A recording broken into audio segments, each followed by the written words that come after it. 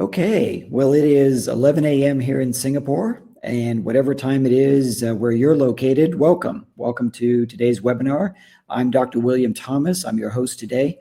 I'm a leadership coach based here in Singapore and working throughout Asia, and I'm glad that you are able to take the time to join this session today. So this webinar is going to be all about chasing your goals, and at this time of year, a lot of people have set goals at work. Maybe they're setting sales targets. Maybe it's a personal goal of getting promoted this year. Whatever your goals are, it would be great if you could achieve all of them. But of course, it takes more than just wanting to do it. It takes a certain kind of effort to get you towards your goals and to keep you moving forward, especially if they're going to take a long time to achieve. So today, I want to share some lessons with you from my own experiences, lessons that you can take and put to good use right away. So as you can tell from the title, and as you could tell, from all the information that went out, the lessons I'm going to share with you today come from my experiences as a runner. Specifically running marathons. And in particular, the lessons I want to share are based on running a marathon in a very unusual place. And that, of course, is the North Pole. So before I go diving into this whole story and trying to share some lessons with you, let me briefly introduce you to the North Pole Marathon with a short video.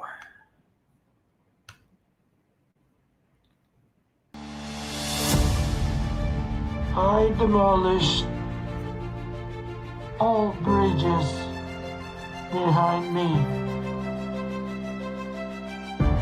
Then there is no choice but forward.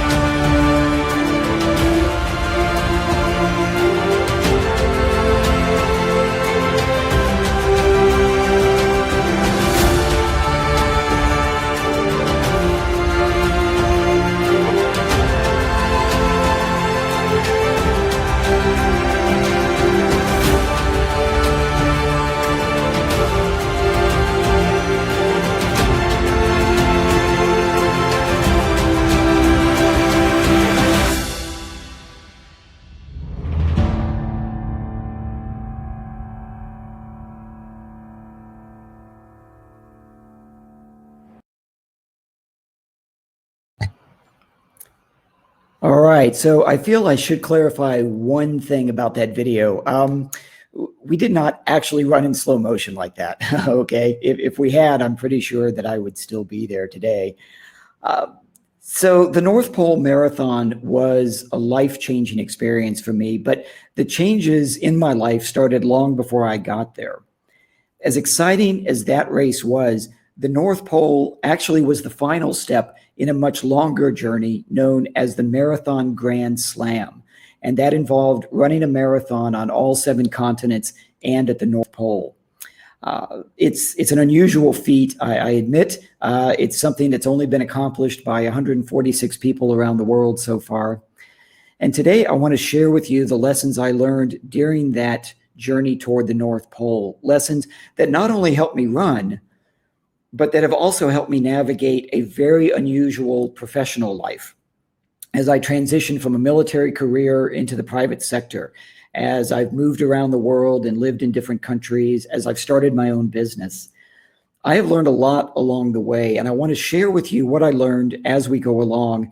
And then toward the end of the session, there are 5 key lessons that I'll talk about in some detail. And hopefully those are techniques you can take away and put to good use. So I've scheduled this presentation to go just about 30 minutes. leaving about 15 minutes for questions and answers. As we go through the session today, you can message me with any questions using the chat box there on your screen. You can type in your questions and send them publicly so that everyone can see them, or you can send them privately to me, to the admin if you prefer. And I may hold some of those questions till the end, or I might just answer them as we go. We're going to be very flexible today. But before you go asking me some questions, I've got a question I would like to put out to you. So as I mentioned, this is all about running, and the lessons I'm going to share today come from those experiences as a runner. While these lessons can be applied to any set of goals in the workplace, since I'm using running as the context for this, I'm curious to know how many of you might happen to be runners and what kind of running you do. So let me ask you, if I could, to go ahead and answer this quick poll here. If you're a runner, let us know what kind of distance you do. And if you're not a runner, I think that last answer down there is going to be for you. So if you could just take a moment and give me an idea of what your running experience might be.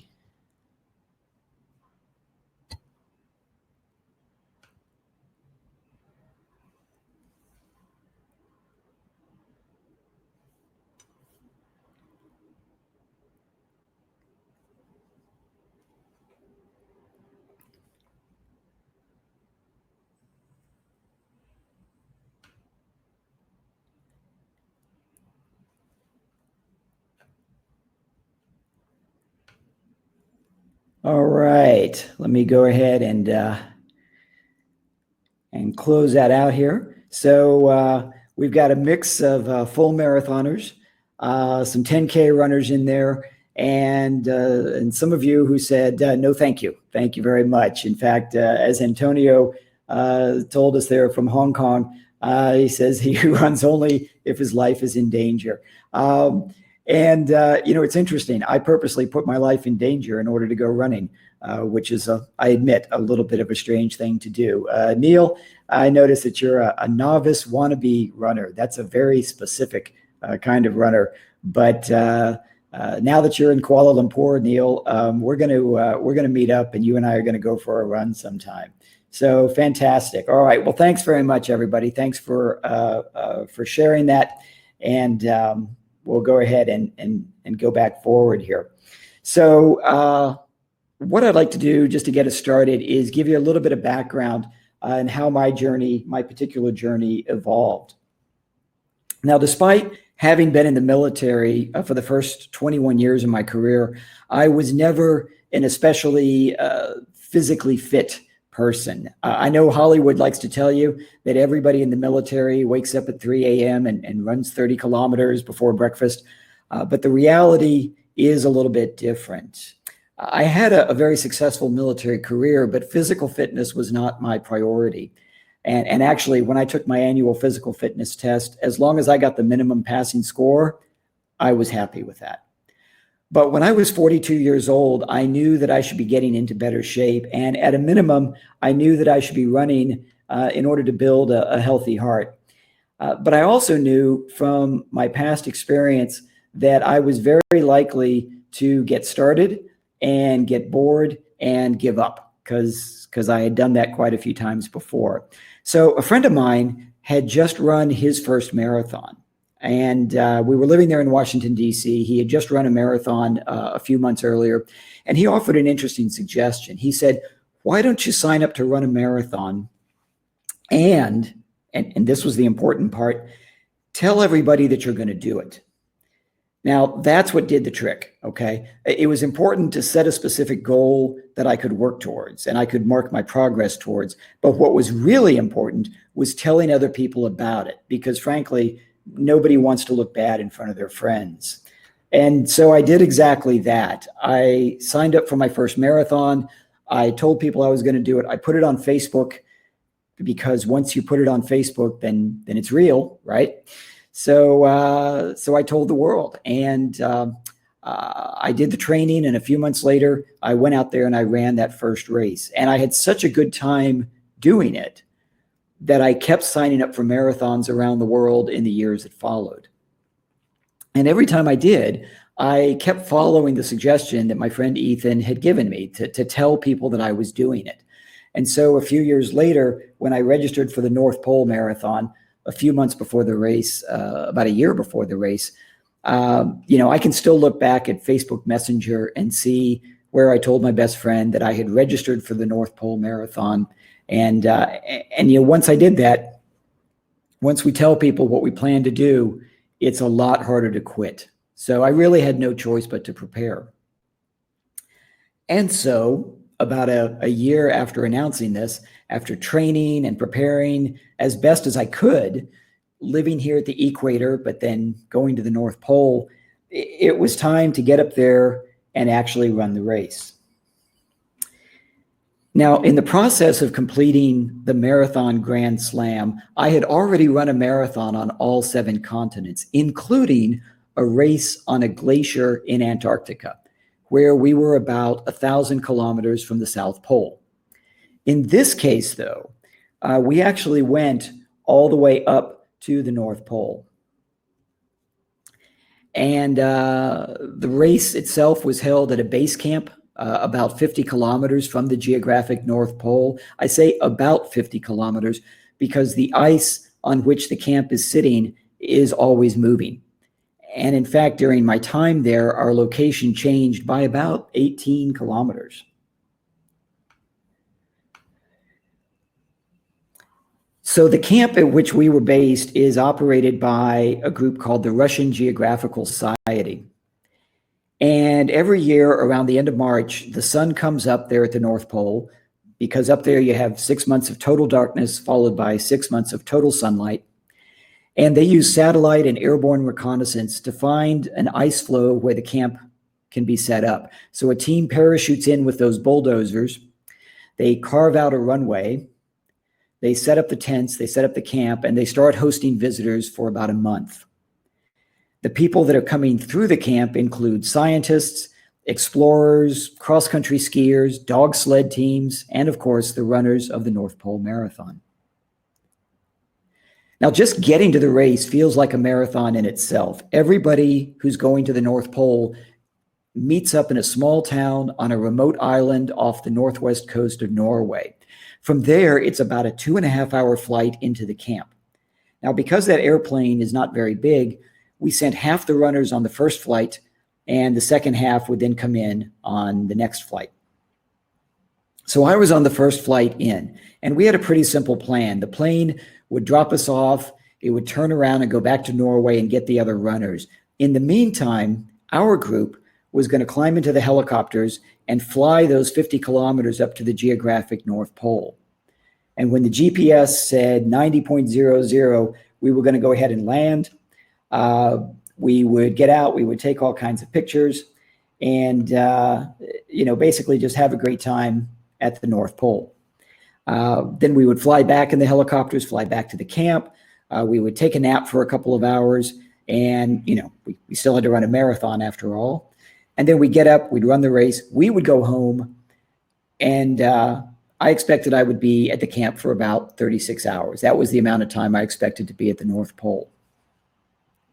Now, even though the North Pole looks very similar to the place where I raced in Antarctica, they're actually very, very different environments. The biggest difference is that down south in Antarctica, there was actually a continent there. There was a land mass underneath all of the snow and ice, but there is no land at the North Pole. It's just ice, 1 to 2 meters thick, sitting on top of the Arctic Ocean. Now, that's one of the very unique things about the North Pole Marathon. It is the only marathon in the world that is run entirely on water. And that proved to be a very important fact later on. Because after we got back from the geographic North Pole, I went into my tent to take a nap for a couple hours. And when I got up, I heard somebody outside the tent say, "Hey guys, you need to come out here. There's a crack in the ice." And when I stepped outside, my definition of the word crack pretty much changed forever. Because a few meters outside my tent, this is what I saw. Now, to give you some sense of perspective, that crack is about 1 meter across It's longer than I would have felt comfortable jumping with all of my Arctic gear on. It's also about 1 meter deep, and that black stuff that you see there is the Arctic Ocean. If I look to my right, which was this view, I could see it cutting directly across the marathon route. And if I look to my left, I could see it running directly across the runway. That meant that the plane with the other runners, which was only about 15 minutes away, had to turn around and go back to Norway. And we had to wait for the Russian staff to get the bulldozers out and build another runway. So in the end, I had expected to be at the North Pole for about 36 hours.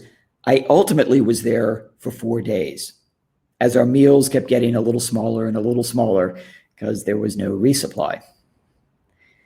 Now, to be honest, a few folks there kind of freaked out when they realized that we were stranded at the North Pole. My approach is a little bit different, and it's something that really helps me at work. I figure out what I can control, and I focus on that. And I try not to worry about the things that I don't control.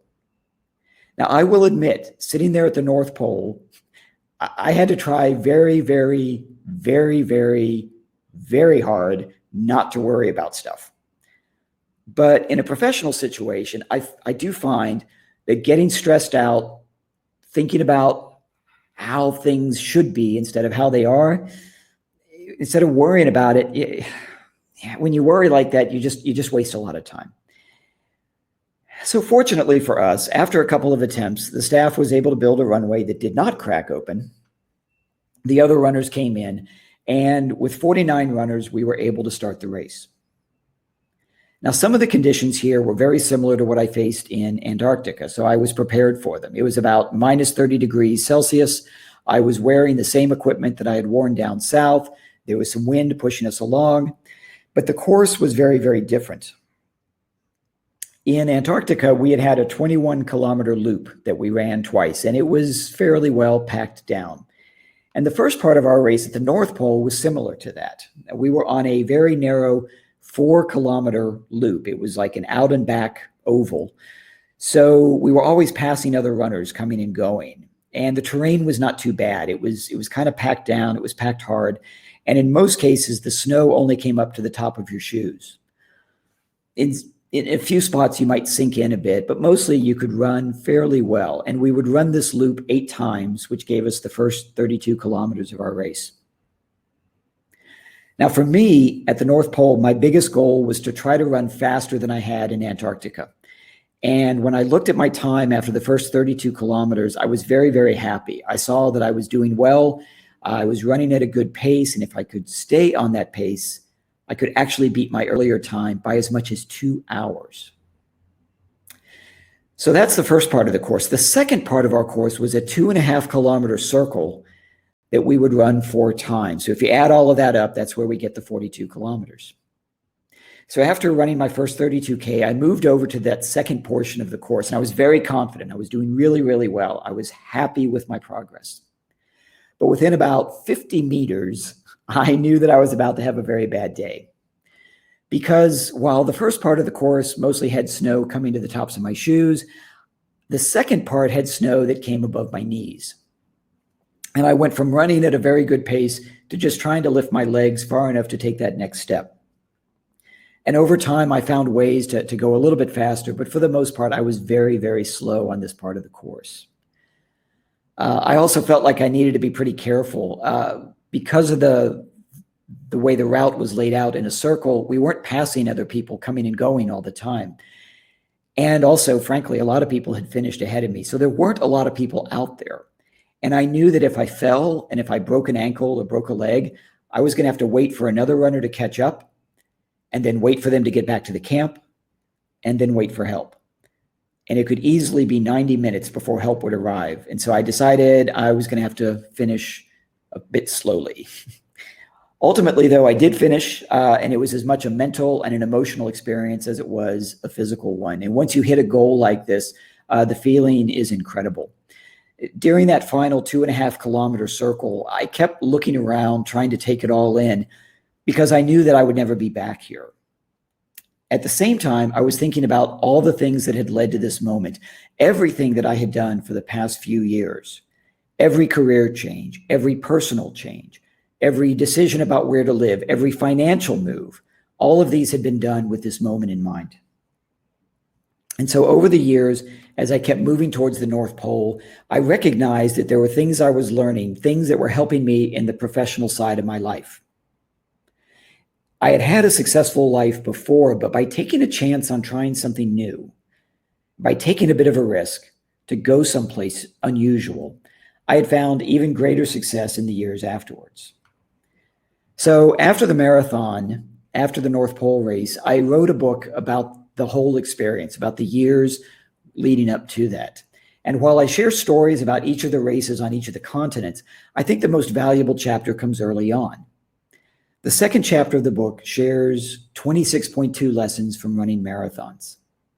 Now, I'm not going to share all 26.2 lessons with you today, but there are 5 in particular that I think are especially relevant as you're setting your goals in the workplace, as you're setting your professional goals. And those are the ones I want to dive into for the rest of the presentation today. First of all, when you're setting goals for yourself, the more specifically you can set those goals, the more likely you are to actually achieve them.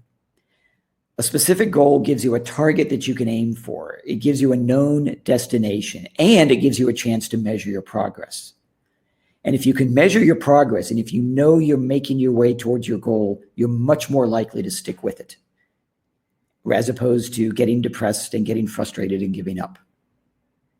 Years ago, if I had simply said something like, I want to be in better shape, that would have been much too vague.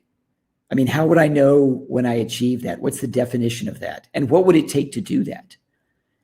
Even if I had said, I want to lose weight, that would be too vague. Do I stop after 1 kilo? Do I stop after 2? What's the plan here? With a specific goal in mind, I could figure out what changes I needed to make in my life. So I changed my fitness habits, of course, but I also changed my nutrition. I thought about what job I would take so that I would have the flexibility and the work-life balance that would let me go off and run these races. I thought about the countries I was going to move to and how that was going to affect my ability to go to different places. I had to manage my finances differently because, these aren't free. So all of these factors would affect my ability to reach my goal. And if I didn't have a specific target, I would not have been able to figure out what it would take to get there. So you need to know where the finish line is before you can figure out how to get there. And my question to you is, what kinds of goals do you set for your work? Are they vague or are they specific? Instead of saying something like, I want to improve employee engagement in my office, which is an issue for a lot of people in Asia right now, set something more specific, something you can measure, like I want our annual attrition to be below 5%, or I want to see at least 90% of people rate our working environment favorably. Set something that you can aim for, set something that has a clear definition of success. Instead of saying something vague like, I want to develop my skills this year, instead create a more specific target like, I want the skills necessary to be a senior vice president, and then figure out what those skills are and make a plan for accomplishing them and for learning them. Don't just say, I want my team to be innovative. Make it something more like, I want a system in place so we can learn lessons from failures and apply them to future projects. Figure out what you want things to look like once you've achieved your goal, and you will remove a lot of uncertainty about what changes you need to make and what kind of progress you're making. As important as that specific goal is, the real key to achieving it is a sense of accountability. When other people know what you're trying to do, you are much less likely to give up. And you also have people who can give you some support along the way. Where does that accountability come from at the workplace? Well, we often assume it comes from our bosses, from our managers who set our KPIs. And sure, there's some value to that, but that is, in many ways, it's more of a financial incentive, right? I mean, we want our bonus, we want that pay increment. The best accountability seems to come from people whose opinion really matters to us, people that we don't want to disappoint. Now, that may or may not be your boss. For me, that accountability comes from my friends. For you, it could come from anybody. It could come from family, it could be friends, it could be coworkers, it could be a boss that you really respect. But the important thing is that it be somebody that you don't want to disappoint, somebody whose opinion really matters to you. I found that my closest friends were the ones who really understood what I was doing, and they were not shy about holding me accountable. And they were also very supportive when I was having problems along the way.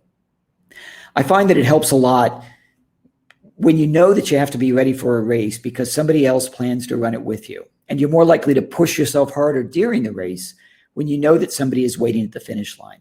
So share your goals with people whose opinion matters the most so that you won't give up. As you're creating goals for work, consider sharing them with others. Consider sharing them with family and friends. Make sure they know that it's okay to ask you about them, to check up on you every now and then. Now, that's not to say that your coworkers don't matter, of course, that people at work don't matter. And I have found that if you work as part of a team, it's helpful to share your KPIs with each other. That kind of transparency on a team helps everybody know what they should expect from each other. And it also helps people watch out for each other. For that matter, the people working for you can hold you accountable. And you might think, well, I'm the boss, I hold them accountable, but they can hold you accountable too. I had a coaching client who was running a startup with about 20 employees, and he and his co-founder would set their strategy just between the two of them. And they didn't really share the goals with everybody else. They just told everybody else what to do. Ultimately, though, they opened up the strategizing to everybody. And that way, everyone on the team could tell if progress was slipping or if they were making their way towards the goals. And there's a lot of benefit to having a lot of people watch your progress. So figure out who matters to you and who can support you as you pursue your long-term goals. And with the idea of a long-term goal in mind, consider how you need to pace yourself as you go along. Anybody who finishes a marathon understands the need for using your energy wisely. If you go out too fast, you're just going to burn out. You know, you don't win a marathon by being fast in the first 10 kilometers. You win it by being fast at the finish. Consider for a moment this anonymous runner who may or may not be the person leading this webinar. This anonymous runner had been training during the wintertime in Washington, D.C., where the temperatures were around 0 Celsius, down around freezing. And then he went to Hong Kong at the end of February, where the temperature was about 28 degrees, and he ignored the warnings from his body that he needed to slow down and drink more water. Now, he finished the race, but he collapsed and he had to be carried to the medical tent by 4 paramedics. And at this point, by the way, that anonymous runner would like to thank Antonio Ho, who is on this call right now, who helped him get the paramedics and take him to the tent. Similarly, any long-term goal at work is going to require you to pace yourself. You need to balance between keeping the day-to-day things going while also managing the changes for the future that are going to get you to your goal.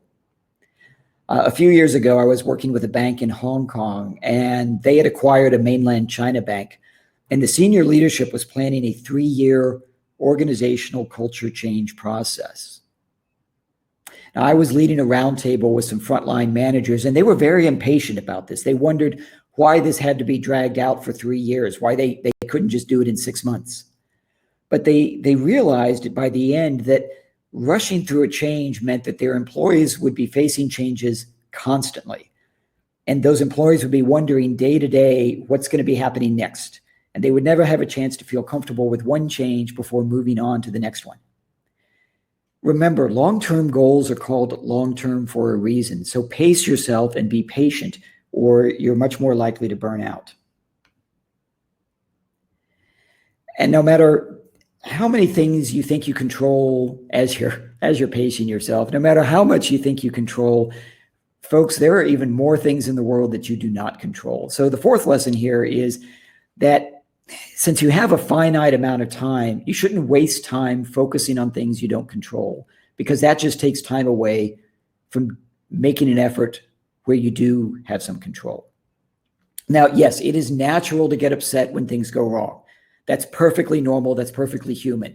But if it is something you don't control, you've got to move past that. When the ice cracked open and left us stranded at the North Pole, there was nothing I could do about that. Mother Nature was in charge of the ice. The Russians were in charge of the runway.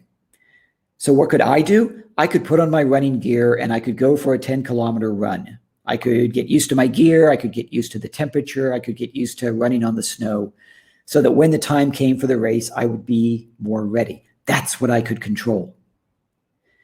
And let's face it, folks, all of us are faced with conditions at work that are going to be outside of our control, and there's nothing we can do about it. For example, think about the laws and the regulations that control how your business operates.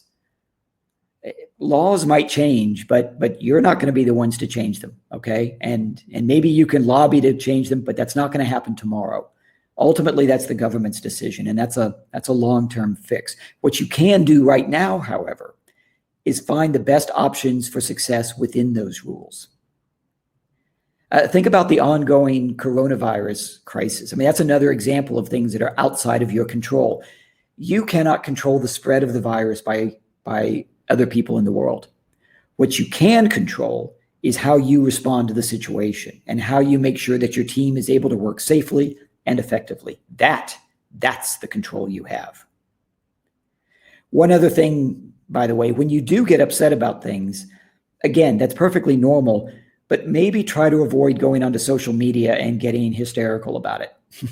I mean, all you're doing then is adding to the noise. You aren't really helping yourself and you're not helping anybody else when you do that. You're just wasting some time. And frankly, you can quickly get a reputation for being kind of a whiner. It is okay to get upset about stuff, but then move on and get over it and focus on what you control. Now, that is a lot easier when you motivate yourself rather than waiting for others to motivate you. So the last point I want to make here is that instead of waiting for somebody else to motivate you, find your own internal motivation instead. Find that internal drive to push you forward, because folks, nobody can motivate you better than you can motivate yourself. You know, in that photo that you see on the right here, that's when I ran the Boston Marathon last April. Now, every marathoner's dream is to run Boston. It's the oldest marathon in the world.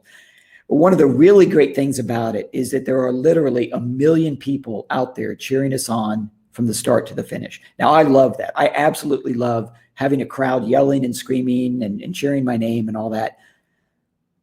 But when I ran at the North Pole in a much more challenging situation with nobody else around me, as you can see in that picture on the left, it was up to me to motivate myself.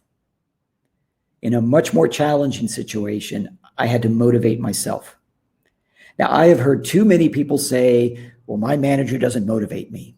And my response to that is, you need to motivate yourself. Academic research that I've studied and my own personal observations over the last few decades have both shown that internal motivation is far more powerful than external motivation when it comes to achieving the goals that you have set. Now, that's not to say that you don't want to get paid for your work, right? I mean, obviously, there's some external benefits from achieving your goals, but the promise of a bonus is not nearly as effective as your own personal pride in doing well. Think about all the challenging things that people accomplish that they never get paid for. They're climbing mountains, they're doing volunteer work, they're taking care of their elderly parents, and yes, some of them are running marathons. You don't get paid for any of that, and yet you still do it. Bring that same sense of internal motivation to your work, and you will be amazed by the challenges you can overcome.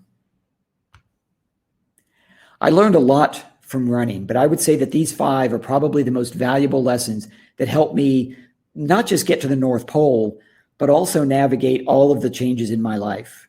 They helped me find new opportunities, overcome the challenges that popped up, and they also helped me build my confidence so I was able to continue pushing forward. Even when I had people telling me that I was too old to be doing things like running marathons or starting my own company.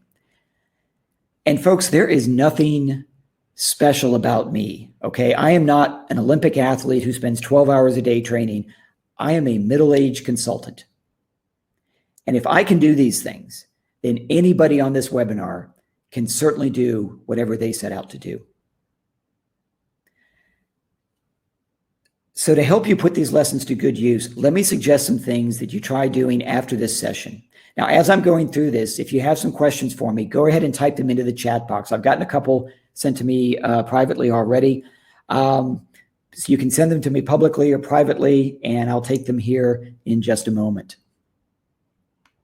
So some things for you to do immediately. First of all, as you're setting your goals for work, set something specific. Define a specific goal that you want to accomplish. Maybe it's a promotion, maybe it's a sales target, maybe it's improving your team's morale, maybe it's getting a new job. Whatever it is, set a specific goal so that you know when you've achieved it. And then, and by the way, you can do that immediately after this session, okay? Before you go back to your inbox and deal with that, make sure you've got your goals defined for the year. And then work backwards from that goal and identify the intermediate objectives. What do you have to do to get from where you are now to where you want to be? What is the path that you're going to take? What does the map look like? What are the steps you need to take? And if you know what those intermediate objectives are, you can use those to measure your progress, and that can give you the confidence to keep going. Third, determine what changes you need to make in your life to achieve those objectives. So when I wanted to run at the North Pole, I had to do more than just run. I had to change my nutrition, my finances, my work-life balance. What about you? If your goal is a promotion, is there some education or some training that you should get? Are there projects you should be a part of? Is there a new network you should build, some new relationships you should make? What do you need to be doing differently in your life to move you along the path towards your goal? Once you have a plan, or once you at least have an idea of what you want to do, figure out who you're going to be accountable to and then go tell them that. Okay? You can't really be accountable to them if they don't know that they're supposed to hold you accountable. So make sure you tell people, okay?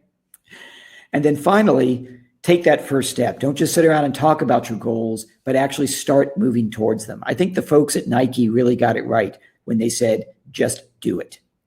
Have the confidence that comes from knowing that you have a plan and that you have found a way to achieve your goals, and that will help push you forward to actually getting them done.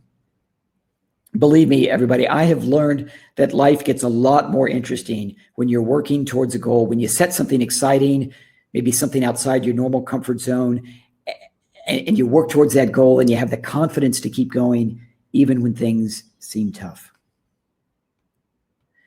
Now, in a moment, I'm going to take some of these questions. Like I said, I've got a couple here so far, but the final point I want to make is that the lessons that I have learned are going to serve me really well for the rest of my life, because as I complete one goal, I set another and I keep moving.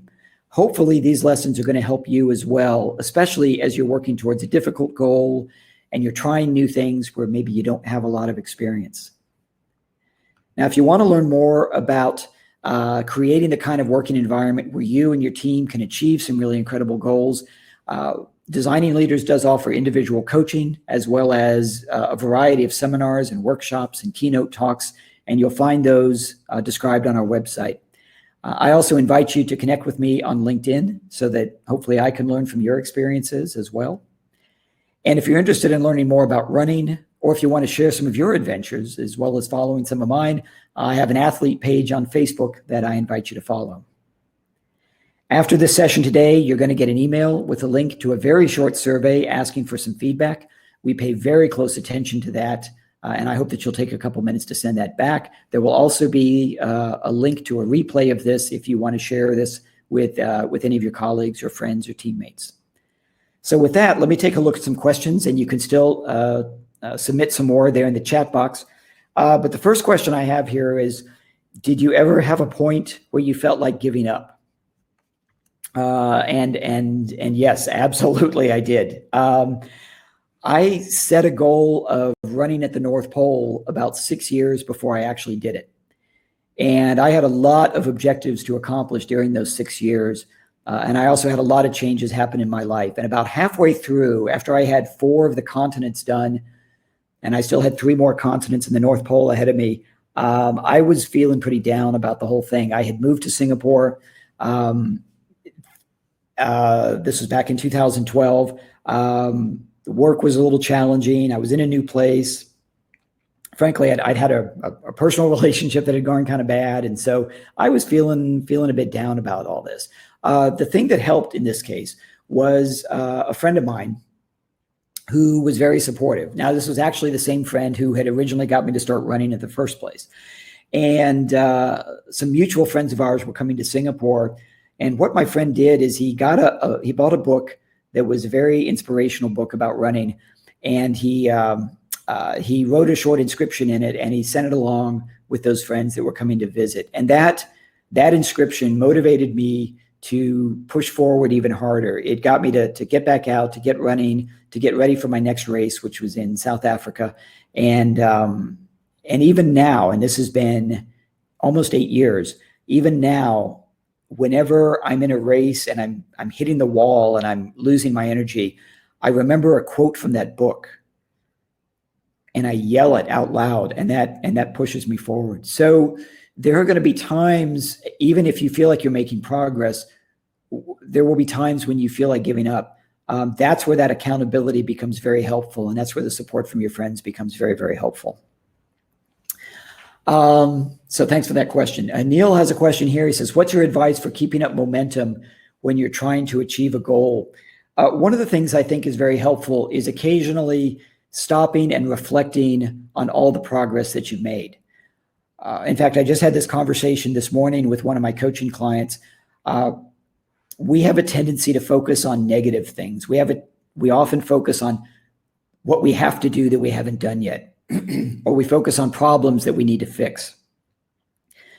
I find that it's helpful to stop occasionally and reflect on the positive things that we have accomplished and recognize what we've done and what we've been able to do so far, what we've been able to achieve, and take that confidence and allow us to keep moving forward. Back in 2014, I had left my job working for a consulting company, and I had started my own firm, the Designing Leaders.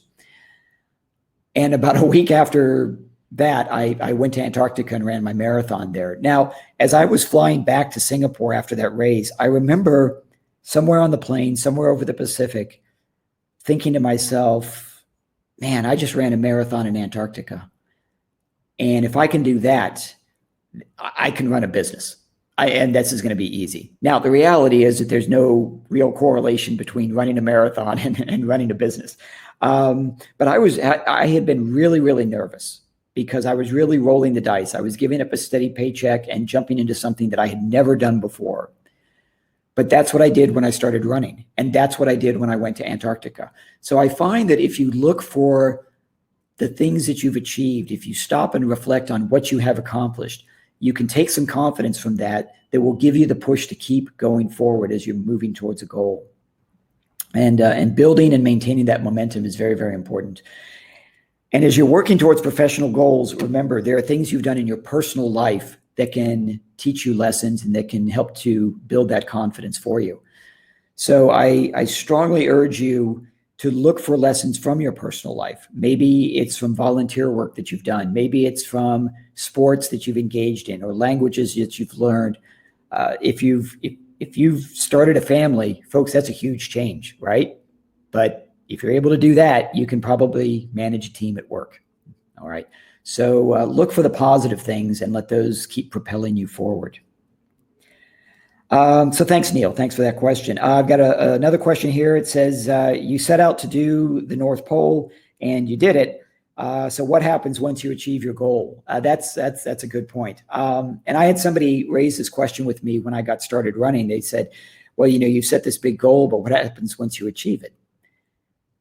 And I thought, well, I'll set another one. and I find that that's a really helpful thing to do. And one of the things that I found myself doing is as I get close to achieving a goal, I start figuring out what the next one is so that there is no gap. So as I was pursuing the Marathon Grand Slam and as I was getting closer and closer to going to the North Pole, I set another goal of completing the Abbott World Marathon Majors, which are the 6 biggest marathons in the world. And I had already done a couple of them, and there were 4 more I needed to do. So that became my next goal. And so by the time I crossed the finish line at the North Pole, I knew what that next goal was. Something I've found that helps me, even just running a marathon on a regular basis. Oh, by the way, I got the 6 stars at Boston last year. So time for another goal, right? And one of the things I find is that before I go to a marathon, I always know what my next race is going to be. And I try to set some big ones. I try to set some exciting ones. So my next marathon is going to be the Everest Marathon in May. It involves a 2-week hike up to the Mount Everest base camp. And then instead of climbing to the top of Mount Everest, instead we turn around and run 42 kilometers back down the mountain. So very excited about that. Very much looking forward to achieving that goal. And I know I have a lot of work to do between now and May to get ready for that. So thank you for the questions, some very good ones. And you've got my contact information there. If you have some follow-up questions, please feel free to send those along. With that, I'm going to say thank you very much. And thank you in advance for providing the feedback that's going to come to you in an email, hopefully very shortly. Thank you for sharing the replay link with your friends and colleagues that you think might find this useful. And I hope to see you again on a future webinar. We're going to try to do these on a monthly basis, do different topics every month. So I hope that you'll be able to join us for those. With that, ladies and gentlemen, I'd like to wish you all a great day ahead, wherever you are in the world, and good luck to you as you pursue your goals for the year. Thanks very much.